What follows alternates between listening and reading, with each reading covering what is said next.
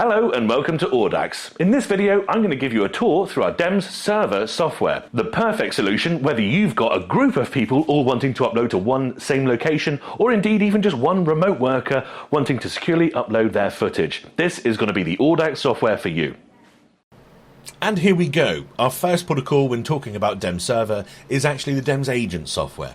This is going to be the software that's installed on your Audax Solo docking station or indeed your main Audax docking station. It can also be installed on any other device you want to upload data from a camera. Now then, what I'm going to do at this point is plug a camera in, which is going to automatically turn on, and we're going to see it appear in port number 1 there. There we go, and it's coming through. We can see that it's got 77% battery. We can see that actually the green bar down the bottom there is going to be transferring some files off the camera to the server. We know it's going to get there because not only has it told us it's 100% done and the camera is empty, showing us the Gigabyte logo at the top there, but also we have this green light at the top right, which is showing us that it does have a successful connection to the server. Beneath that, you have the amount of storage available on the docking station or indeed device that the software is installed on. At the top left, we do have some settings options, but these are background settings to make sure the DEMS agent does connect to the server and aren't to be tinkered with unless you are an IT admin and are experiencing an issue.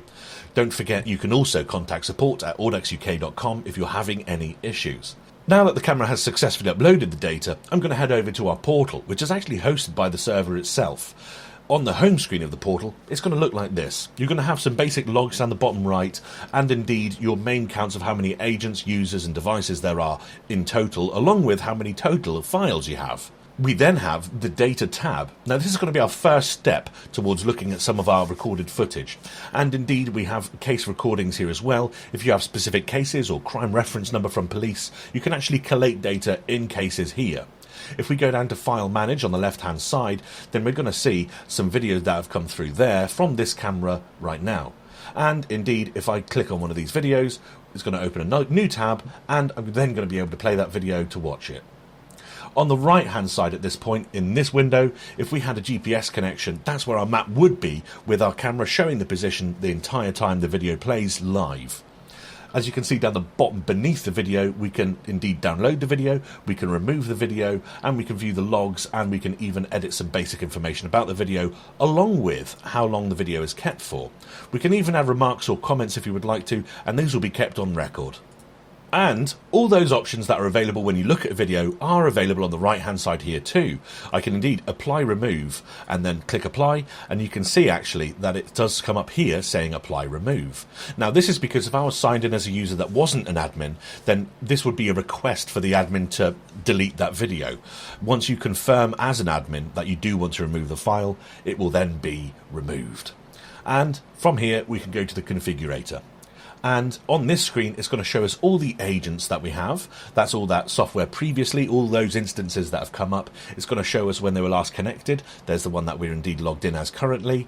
We can see how much data there is on there, the date, time. We can even edit and remove the names and such like if we would like to. Next on from that, we have the camera manage screen. And this is going to show us all of the cameras that are associated with DEMS Server, along with their battery capacity, how much usable size there is left on the camera, serial numbers, firmware versions, absolutely everything you would need to know about your devices is going to be logged right here. If we go down from that, we can add different regions the camera might appear in, we can add different departments that the camera might appear in, and we can manage our users. Now, these users can be normal users, supervisors, or administrators. An administrator is going to have global access to everything, a supervisor is going to be able to have different departments, and a user is going to be able to just be added to a department as a staff member to be able to log in and upload data and have a valid camera ID number so that they can upload to their specific camera ID. If I click to add a user, it's just going to give me simple options such as the username, password, what department they might want to be in, along with their user ID. The real name, telephone number and email address are optional. If I move down to the next option, which is going to be permission manage on the left hand side, then we're actually going to be able to look at our different users and the amount of roles and permissions they do have. You can see down the right hand side here it's quite comprehensive, and you can stop people viewing, deleting, managing users, or indeed enable them to do so. Now, moving on from the configuration tab, we've got the system tab, and this one's going to be more for back-end settings and deeper down things that once they are set, you shouldn't have to configure. The top one here is the root directory, and that's going to tell you exactly where your data is being stored and how much space you have left. You can also add other directories at this point, which can be useful if you're performing backups. Moving down from the root directory, we've got Operation Record. Now this is going to be the logs for DEMS Server, and as you can see at the very top here, we've got the confirm file remove, which is going to be where we just deleted that video file from the file manager. And we can see the date, time, who we were logged in as, and indeed the video that was infected. Moving on from the operation record, we have the system settings option. Now, these are going to be settings that you set initially and then you probably won't have to come back to again. It's important that you get them right for your network though. Starting with how many agents can be connected and upload to DEMS Server at any given moment. Ours is set to 3 here, and yours could be raised if your network will allow that. Moving on from that, we've got the amount of videos that can actually be transferred to server at any given time. Yet again, this can be limited or indeed raised depending on how good your network is and how strong the connection to the agent software it is. Moving on from that, we have the file retention. There are 5 different levels of file retention, and level 4 is the default here at 30. Level 1 is the most important at 0, and you can set whatever days you would like in between.